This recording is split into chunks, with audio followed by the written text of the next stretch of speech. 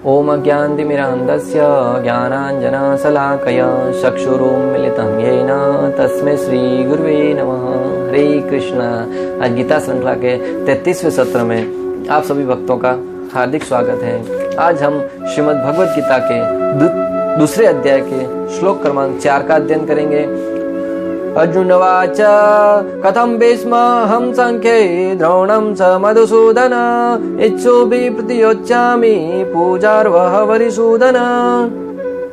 अर्थात अर्जुन ने कहा, हे शत्रुहंता, हे मधुसूदन, मैं युद्ध भूमि में किस तरह भीष्म तथा द्रोण जैसे पूजनीय व्यक्तियों पर उलटकर बाण चलाऊंगा। अर्जुन अभी तक जो मन गढ़ंत व्यथा बता रहा था, भगवान की डांट पड़ते ही वास्तविक चिंता बताने लगा। अभी तक हमने प्रथम अध्याय के श्लोक क्रमांक 27 से प्रारंभ होके अर्जुन है वो हर तरीके से अपनी मनगढ़ंत तरीके से व्यथा कह रहा था कि मैं युद्ध क्यों नहीं करूंगा, मेरे युद्ध करने से वो हो जाएगा, मेरे युद्ध करने से ऐसा हो जाएगा। परंतु जैसे ही गत 2 श्लोक में भगवान श्री हरि द्वारा अर्जुन को डांट पड़ी कि तुम क्षत्रिय होते हो भी नपुंसक की भांति बातें कर रहे हो, क्या तुमने सारे संसार का ठेका ले रखा है संसार को चलाने का? संसार को चलाने तो मेरा काम है, तुम्हें जो कहा जा रहा है वही कीजिएगा। तुमने जिस कुल में जन्म लिया है, क्षत्रिय कुल में जन्म लिया है समाज में धर्म की स्थापना करने के लिए, तो वह कार्य तुम्हें करना चाहिए, न कि अपने मनगढ़ंत तरीके से पूरे संसार में मैं ऐसा करूंगा तो ऐसा हो जाएगा। ऐसा नहीं है, तुम अपना कर्म कीजिएगा, फल की इच्छा नहीं करनी है।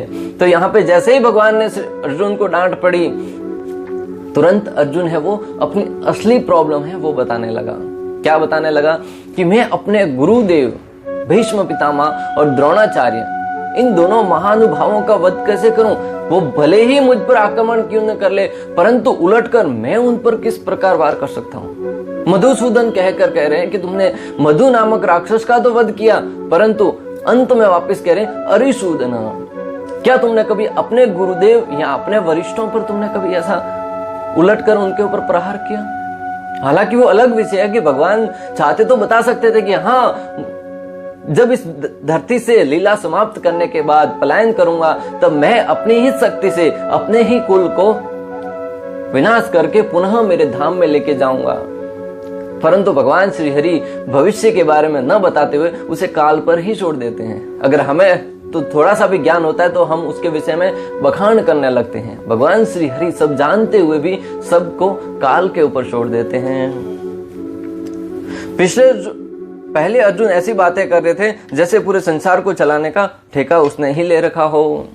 अभी भी हमने बताया कि अर्जुन पहले तो ऐसी बातें कर रहे थे जैसे संपूर्ण विश्व को वही चला रहा है। हमारी भी कभी कभी ऐसी ही स्थिति बनती है। हम जरा सी भी किसी बात पर ऐसी चिंताएं करने लगते हैं, अगर मुझे कुछ हो गया तो मेरे घर का क्या होगा, मेरे परिवार वालों का क्या होगा, मेरे जो बिजनेस है उसका क्या होगा। ऐसा नहीं है, हम जब इस जगत में नहीं थे तब भी बिजनेस चल रहा था, हम नहीं थे तब भी परिवार का पालन पोषण हो रहा था, और हमारे नहीं रहने के बाद भी उनका पालन पोषण करने वाला कोई न कोई निश्चित रूप से होगा। क्योंकि हमारे दादा परदादा कितने आए और चले गए, उन्होंने भी यही व्यर्थ की चिंता करी थी जो चिंता करने की बात है कि मैं इस धरती पर क्यों आया हूं, मुझे मृत्यु के उपरांत कहां जाना है, मेरे जीवन का उद्देश्य क्या है, वास्तविक चिंता है, उसके ऊपर तो कभी हम ध्यान ही नहीं देते। परंतु जो व्यर्थ की चिंता है उसके ऊपर पूरा दिन मनन करते हुए जीवन को व्यर्थ कर देते हैं। अर्जुन यहाँ पर कहना चाह रहे हैं कि मैं भीष्म तथा द्रोण जैसे पूजनीय व्यक्तियों पर उलटकर बाण कैसे चलाऊं। अर्जुन है वो भगवान श्री कृष्ण से ये बताना चाह रहे हैं कि जो पूजनीय व्यक्ति है, द्रोणाचार्य, भीष्म पितामह, उन पर मैं उलटकर बाण कैसे चलाऊं। एक बार दुर्योधन है और ऐसे अनेक योद्धा हैं जिन्होंने हमेशा दुष्टता करी है, हमेशा दुर्व्यवहार किया है, उनको मैं मार भी दूं, परंतु भीष्म पितामह और द्रोणाचार्य के ऊपर प्रहार उलटकर कैसे कर सकता हूं। क्या तुमने कभी संदीप्ति मुनि के ऊपर प्रहार किया? क्या कभी तुमने अपने राजा के ऊपर प्रहार किया? तो भगवान को यहाँ पे याद दिलाना चाह रहे हैं कि क्या तुमने तो कभी ऐसा कार्य नहीं किया। उल्टा उनको बताना चाह रहे हैं कि भगवान श्री कृष्ण जब सांदीप्ति मुनि के आश्रम में शिक्षा ग्रहण करने के लिए गए थे और शिक्षा संपन्न होने के उपरांत उनसे गुरु ने दक्षिणा के विषय में कहा, तब भगवान से उनकी गुरु माता ने कहा कि मुझे अपना पुत्र लौटा दीजिए। और भगवान श्री कृष्ण ने जहां पर पुत्र की मृत्यु हुई थी वहां पर जाकर पंचजन्य नामक राक्षस का वध करके यमलोक तक चले गए। उस पंचजन्य नामक राक्षस से पंचजन्य शंख प्राप्त करके यमलोक में जाकर उसी शंख से उद्घोष किया, ध्वनि कुंजायमान होने लगी, यमराज का सिंहासन डोलने लगा और यमराज भागा भागा भगवान के समक्ष आकर हाथ जोड़कर विनती करने लगा कि धन्य हमारे भाग, आज आप पधारे।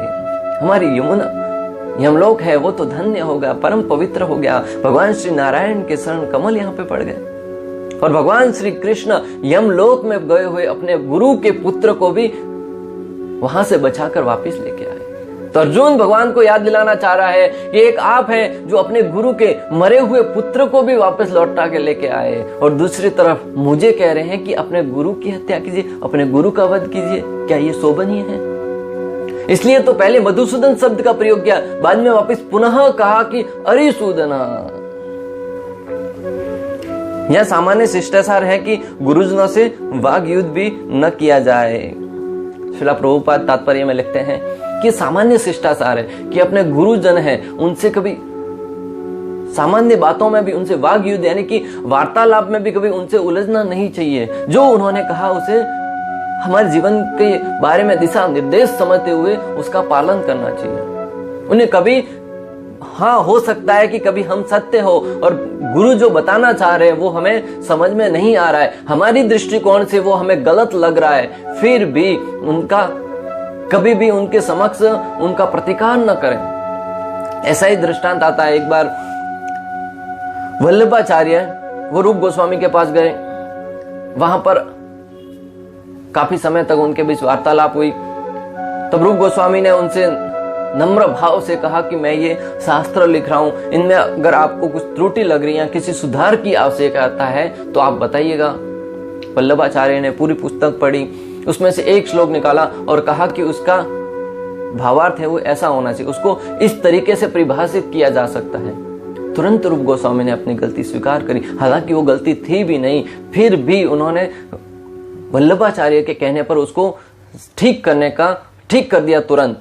उधर जीव गोस्वामी बाहर बैठे बैठे देख रहे थे। जीव गोस्वामी वो व्यक्ति है जिन्होंने अनेक शास्त्र लिखे। ये सारे के सारे जो शास्त्र हमारे आज हम बैठ के पढ़ रहे हैं ना, जीव गोस्वामी और रूप गोस्वामी की ही कृपा से हमें प्राप्त हुए हैं। तो जीव गोस्वामी ने वो सारी वार्तालाप देखी। वार्तालाप के उपरांत जब शिष्टाचार नामक भेंट संपन्न हुई तो वल्लभाचार्य जाने लगे, जीव गोस्वामी पीछे पीछे जा रहे थे। थोड़ा दूर पहुंचे तब जीव गोस्वामी ने वल्लभाचार्य को रोकते हुए कहा कि आपने जो रूप गोस्वामी मेरे गुरुदेव के श्लोक में जो त्रुटि देखी ना, वो वास्तविक त्रुटि नहीं है। उन्होंने अनेक शास्त्रों के दृष्टांत द्वारा उनको समझाया कि उन्होंने जो श्लोक लिखा है वो सत्य है, आपने उसको अलग तरीके से समझा है। वल्लभाचार्य को शास्त्रों की दृष्टि से जब समझाया तो बात भी समझ में आ गया, हाँ तुम्हारी बात तो सत्य है। वो तुरंत इस ग्लानिक भाव में कि मैंने रूप गोस्वामी के प्रति अपराध कर दिया, तुरंत वापस लौट आए और रूप गोस्वामी से क्षमा याचना करने लगे कि मुझसे बड़ी गलती हो गई, मुझे क्षमा कीजिएगा। रूप गोस्वामी सारा वृतांत जान गए कि जीव गोस्वामी ने किस प्रकार मेरे स्वीकार करने के उपरांत भी जाकर उनको रोका है। तब रूप गोस्वामी वल्लभाचार्य के जाने के उपरांत जीव गोस्वामी को बुलाकर डांटते हुए कहते हैं कि तुम प्रतिकार ऐसे महान साधु महान संत का प्रतिकार कैसे कर सकते हो। डांटते हुए कहा कि तुम्हें वृंदावन में रहने का अधिकार नहीं है और कहा कि जाओ वृंदावन से बाहर जाकर निवास करो और कभी मुझे अपना मुंह मत दिखाना। जीव गोस्वामी चाहते तो बोल सकते थे, जिन्होंने वल्लभाचार्य को प्रतिकार करके उनको पराजित किया, क्या रूप गोस्वामी के समक्ष वो यही सत्य नहीं बता सकते थे? परंतु नहीं, उन्होंने अपने गुरु का सम्मान किया। गुरु ने जो कुछ कहा, आचार्यगण कहते हैं कि गुरु अगर कभी डांट भी देना तो हमारे अच्छे के लिए होता है। ऐसे शास्त्रों में अनेक दृष्टांत आते हैं जब नारद मुनि ने कुछ श्राप दिया हो और आगे चलकर वो उनके जिसको श्राप दिया जा रहा है उनके उद्धार का कारण बनता है। नारद मुनि ने एक बार नलकुबेर और मुनिग्रीव को श्राप दिया, तुम जाकर वृंदावन में नंद बाबा के आंगन में वृक्ष बन जाओ। और वो श्राप, हालांकि उस समय श्राप लग रहा था, परंतु आगे चलकर भगवान श्री नारायण ने इस पृथ्वी पर प्राकट्य हुआ, यहाँ पर लीला करने के उद्देश्य से जब जन्म लिया, तब उन्होंने उस दोनों वृक्षों के बीच में से जब गुजर रहे थे तब उनको गिरा दिया। कथा से आप सब वाकिफ हैं और तभी उनका उद्धार हो गया। मैं यहाँ पे जो बताना चाह रहा हूं कि नारद मुनि ने हालांकि उनको श्राप दिया था, परंतु जो श्राप था वो उनके लिए तो बड़ा वरदान बन गया। अहिल्या को जब श्राप दिया गया, परंतु आगे चलकर अहिल्या के शरीर से भगवान श्री रामचंद्र के चरणों का स्पर्श हुआ। तो जो भी महान संत है वो जब श्राप भी देते ना, बड़े आशीर्वाद के रूप में फलित होता है। तो यहाँ पे जीव गोस्वामी को जब श्राप दिया गया, डांटा गया कि जाओ तुम यहाँ से तुरंत चले जाओ, जीव गोस्वामी ने बिना किसी प्रतिकार के वहां से चल दिए और वृंदावन से बाहर जाकर रहने लगे। अपने गुरु के विरह में अनेक कष्टों के द्वारा पूरा दिन रोते रहते थे, बड़ी दुखदायी जीवन यापन करने लगे। कुछ समय के उपरांत उनकी स्थिति इतनी बिगड़ गई कि वो मृत्यु के कगार पर जा पहुंचे। जब सनातन गोस्वामी को इसके विषय में ज्ञात हुआ, जो कि सनातन गोस्वामी रूप गोस्वामी के भी गुरु के रूप में थे, सनातन गोस्वामी जीव गोस्वामी को लेके आते, वापस लेके आते हैं और रूप गोस्वामी के समक्ष रखते हुए कहते हैं कि ये तुम क्या कर रहे हो। चैतन्य महाप्रभु की प्रमुख शिक्षाएं हैं कि हरिनाम, वैष्णव सेवा और जीव दया, ये 3 सिद्धांत मुख्य है। उसमें से तुम हरिनाम भी जब कर रहे होंगे, वैष्णव सेवा भी कर रहेंगे, परंतु जीव दया तो नहीं कर रहे। ये तो जीव गोस्वामी है और एक तरह से भगवान का जीव है, अंश है। और जीव दया अगर तुम्हारे अंदर से चली गई तो महाप्रभु का जो मिशन है, जो सिद्धांत है, तुम पुस्तकों में तो लिख रहे हो, दूसरों को तो बता रहे हो, परंतु तुम्हारे जीवन से वो चला जाने के कारण दूसरों के ऊपर भी उसका प्रभाव नहीं पड़ेगा, कोई इसका पालन नहीं करेगा। आचार्यगण कितना सुंदर सिद्धांत बता रहे हैं कि हमें अपने जीवन में जो कार्य करते हैं वो दूसरों के ऊपर भी प्रभाव करते हैं। और चैतन्य महाप्रभु ने कितना सुंदर सिद्धांत दिया कि जीवन में अगर आप सफल होना चाहते हैं तो 3 बातों को जीवन में विशेष रूप से ध्यान रखें। प्रथम है कि हरिनाम का जप करें, हरिनाम को सबसे ज्यादा महत्व दे। प्रातः काल ब्रह्म मुहूर्त में उठकर सारे कार्यों से निवृत्त होने के उपरांत हरि नाम का जप करें, ध्यान पूर्वक जप करें और भगवान से प्रार्थना करें कि हे गोविंद, हे कृष्ण, हे द्वारकावसीना, मुझ पर कृपा करो। मैं इस दावा अग्नि में यहाँ पर जल रहा हूँ, मुझ पर आपके श्री चरणों रूपी शीतल जल का मुझ पर वर्षा कीजिए और मेरे हृदय को ठंडक पहुंचाइए।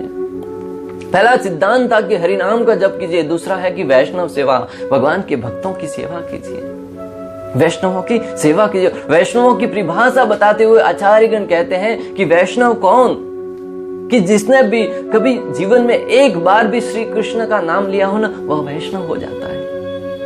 जिसने एक बार श्री कृष्ण का नाम ले लिया, उसकी सुकृति ऐसे जागृत हो जाती है कि आगे चलकर वो कभी ना कभी महान भक्तों का उसके ऊपर सानिध्य होगा, महान भक्तों की कृपा होगी और वो निश्चित रूप से भगवान का भक्त बनेगा। इसलिए किसी के भी प्रति अपराध करने से पूर्व हमेशा 100 बार सोचना चाहिए कि अगर आगे जानकर वो महान भक्त बन गया, भगवान का भक्त बन गया, तो उसकी जो उसके प्रति अपराध किया वो वैष्णव अपराध की श्रेणी में आने लगेगा।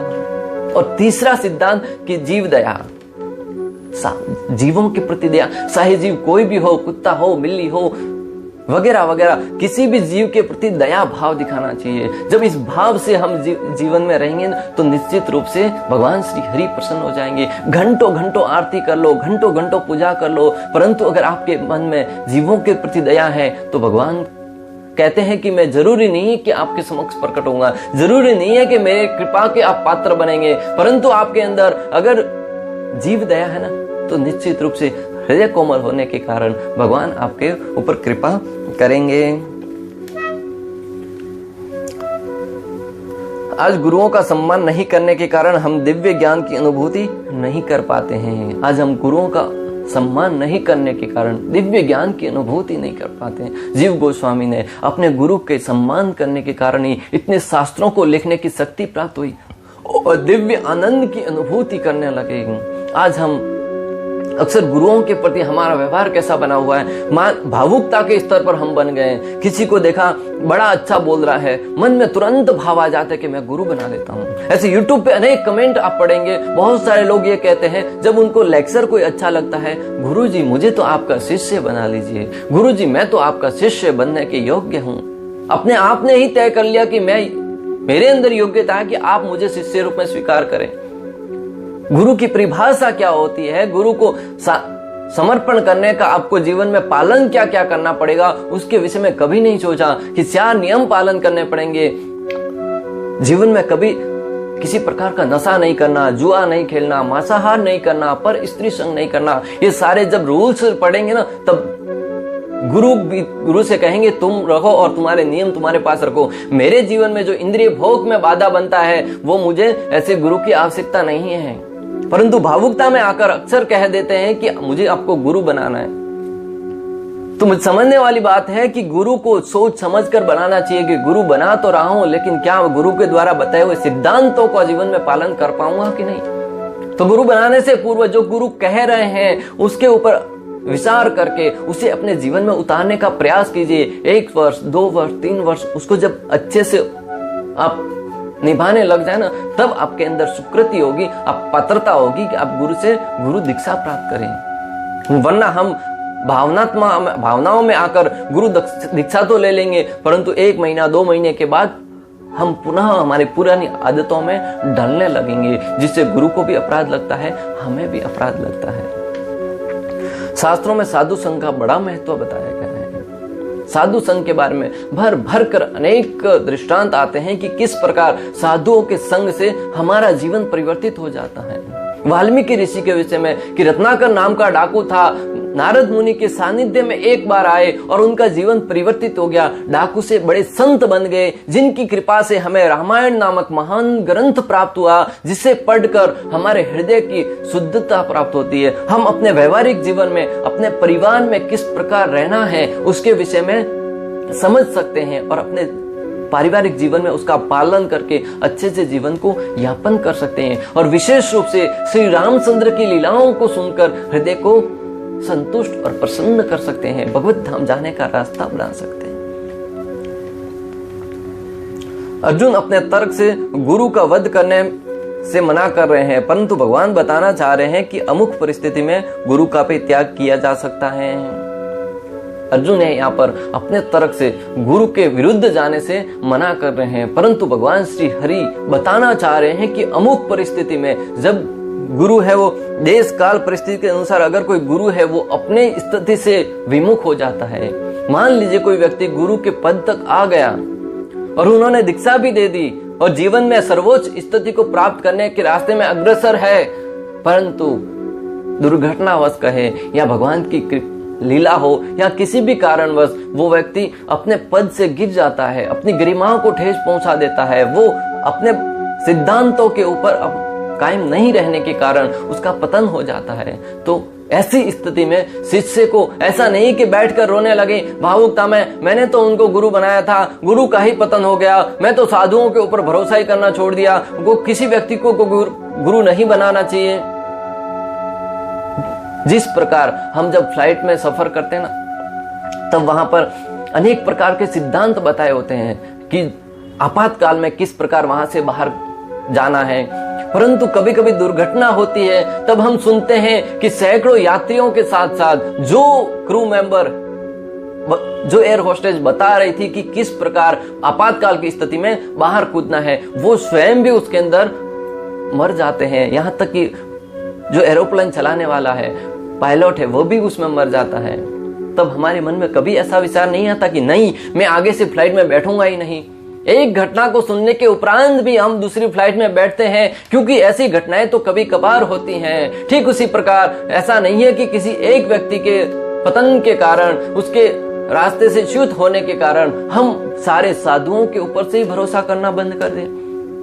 आपके जीवन का उद्देश्य होना चाहिए कि एक ने मुझे त्यागा है, किसी एक का पतन हुआ है, मैं दूसरे रास्ते पर जाऊंगा, दूसरे व्यक्ति को ठीक से जांच परख कर उनको अपना गुरु बनाऊंगा और जीवन की सर्वोच्च स्थिति को प्राप्त करूंगा। हो सकता है एक व्यक्ति गलत है, लेकिन सारे साधु समाज गलत नहीं हो सकते।